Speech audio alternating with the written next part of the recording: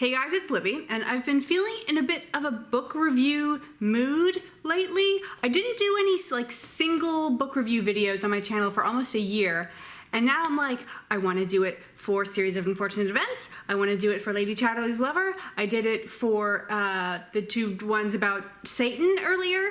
I'm trying to see if there's some connection between all of these books that I want to give their own review to, but I'm not seeing any, so I think this must just be a me change. I do like having shorter monthly wrap-ups, and reviewing books in their own videos does help with that, especially in this case, because we are talking about 15 books. Yes, it is Lemony Snicket's A Series of Unfortunate Events, which is 13 books plus 2 side ones. I'm not sure if this is a big enough cultural phenomenon that everyone will know what I'm talking about if I don't give any background, so I will give a brief premise. So you've got the 3 Baudelaire children, Violet, who is 14, Klaus, who is 12, and Sunny, who is baby, who in the first chapter of the first book discover that their parents have died in a fire and all of their stuff and their house is destroyed. And so they have to go live with a distant relation named Count Olaf, who is terrible and spends all of his time trying to steal their massive fortune.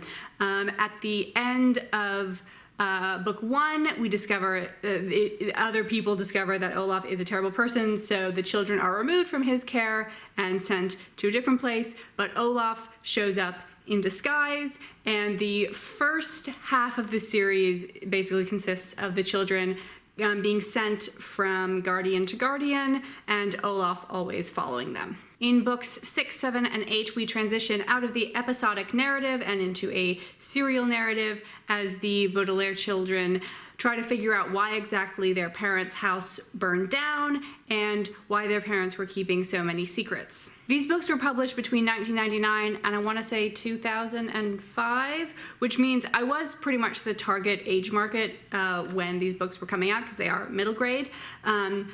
I remember reading the first couple. I think I got up to maybe Austere Academy, and at that point I had caught up with everything that had been published and I didn't continue on as new books were published. So I read this for the first time, the complete series, about 5 years ago. And then I was watching the Netflix series, which season 3 came out earlier this year. Season 3 was the final season. And so when I finally got through all of those, I decided I wanted to reread the books. And after reading the books, I kind of felt like I wanted to rewatch the series, but I was like, no, down that road, madness lies, in which I only consumed Snicket-based media. There is a prequel series, which has 4 books, but I don't own the first one, which I have also read and I'm planning to reread during my August travels. So to get into my actual thoughts about the series, it is very stylized, and I think that means some people really don't like it. They think it's irritating or dumb. I really do like it. I am totally able to get into what I consider the camp aesthetic of the Series of Unfortunate Events. I think camp is at its best when it's being used to explore really sad or really dark emotions, but still hanging on to elements of joy and beauty. And so in that light, I would like to contrast the Series of Unfortunate Events with the other piece of children's media that I absolutely love, which is the limited TV series Over the Garden Wall. Over the Garden Wall is about 2 half-brothers, the elder of whom is voiced by Elijah Wood, who are exploring and trying to get out of a sinister forest that they can't really remember getting into.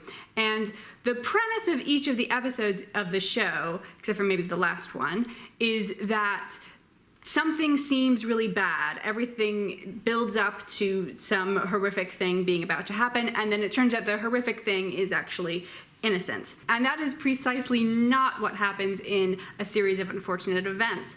Daniel Handler is writing in first person as Lemony Snicket, who is investigating the history of the Baudelaire orphans, and Lemony Snicket is the narrative voice. He is writing these books himself. in the fiction. So Lemony Snicket opens each book with at least one paragraph saying, please do not read this book. It is really sad. It will make you cry. Go read something else, which is much more pleasant. And this really direct address to the reader makes you think, methinks the author doth protest too much, and it's going to seem like everything is really horrible, but then this is like a children's book, so everything is gonna end up actually being fine, right? Wrong. Everything does not end up being fine.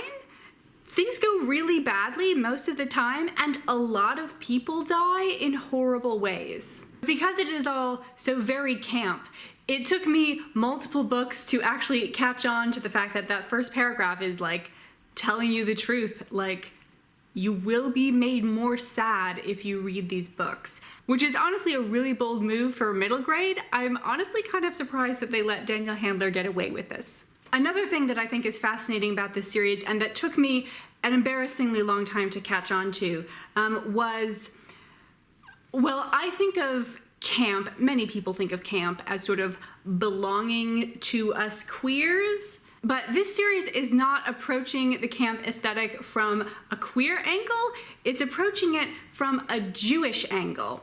Now, the first time I read the complete series, about 5 years ago, I picked up on the fact that kind of every character for whom we get any inkling of what their religion is appears to be Jewish, and we also appear to be living, or the books appear to be set in a world where Judaism is the default religion in the way that Christianity is the default religion in the United States. It's pretty clear the series is taking place in the United States, but not really clear where or like how.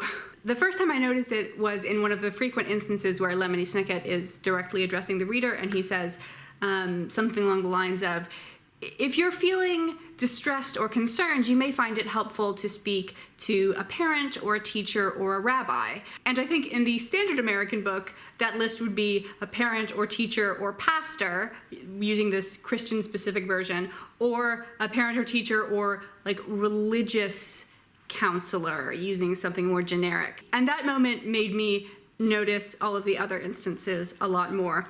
And so then, as I was watching the TV show, it was clear there were increased references to Judaism and Jewish practice and like synagogues and bat mitzvahs. And then when I reread the books this month, I was like, oh my God, I am an idiot. The story of the Baudelaires is an allegory for the plight of the Jews. The Baudelaires wander from place to place and are unable to find a stable home. They consistently fail to get help from institutional authorities. A lot of people know them mainly for the fact that they are rich. And most obviously, their house was destroyed in a fire, which is what Holocaust means. So as you can probably tell, I think this series is really great and really smart. It is a little bit difficult to know how to approach though. So if you have not read it before and I have inspired you to do so, here is my reading order plus watching order, because I'm going to talk about the TV show a little bit as well. So first thing you need to do is approach the books in publication order, which means first you need to read books 1 through 10, so ending up at the slippery slope. Then take a break from the main series and read Lemony Snicket, The Unauthorized Autobiography, which will answer some of the questions that you will definitely have by the end of book 10. It will create new questions though, but that's why you then move on to the final 3 books, 11, 12, and 13, at which point, honestly, I suggest reading The Unauthorized Autobiography again. You need information in here to fully understand what's going on in books 11 through 13, but then you also need books 11 through 13 to fully understand what's going on in this book. It's really short. A lot of the pages are just like pictures. In fact, chapter 13 is entirely pictures with captions, so this is like a 2-hour read tops. It will not hurt you to read it again. Then after that you have a choice, and I'd say you could even do both of these things concurrently. You can either start watching the Netflix series.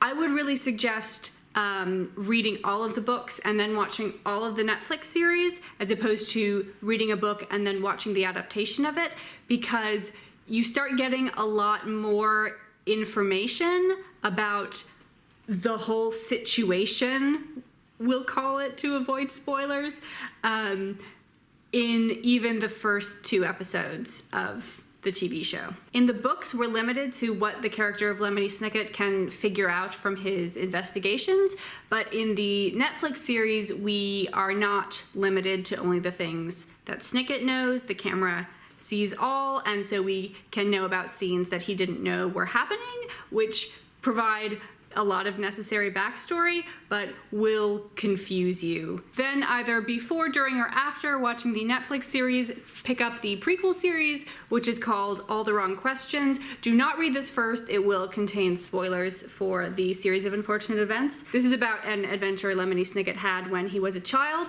There are 4 main books in this series and a companion book, which was published between books 2 and 3. You can read it anytime after book 2, and it's called File Under 13 Suspicious Incidents. This is basically a collection of mysteries that are set in the same town as the book series. I would say this is not required reading if you're not interested in like 1-chapter mysteries. Now, I hope that was helpful. I am, of course, eager to discuss this series in the comments if you would like. Of course, tag spoilers, because the spoilers for this series, they do abound. Thanks for watching, and I'll see you guys next time.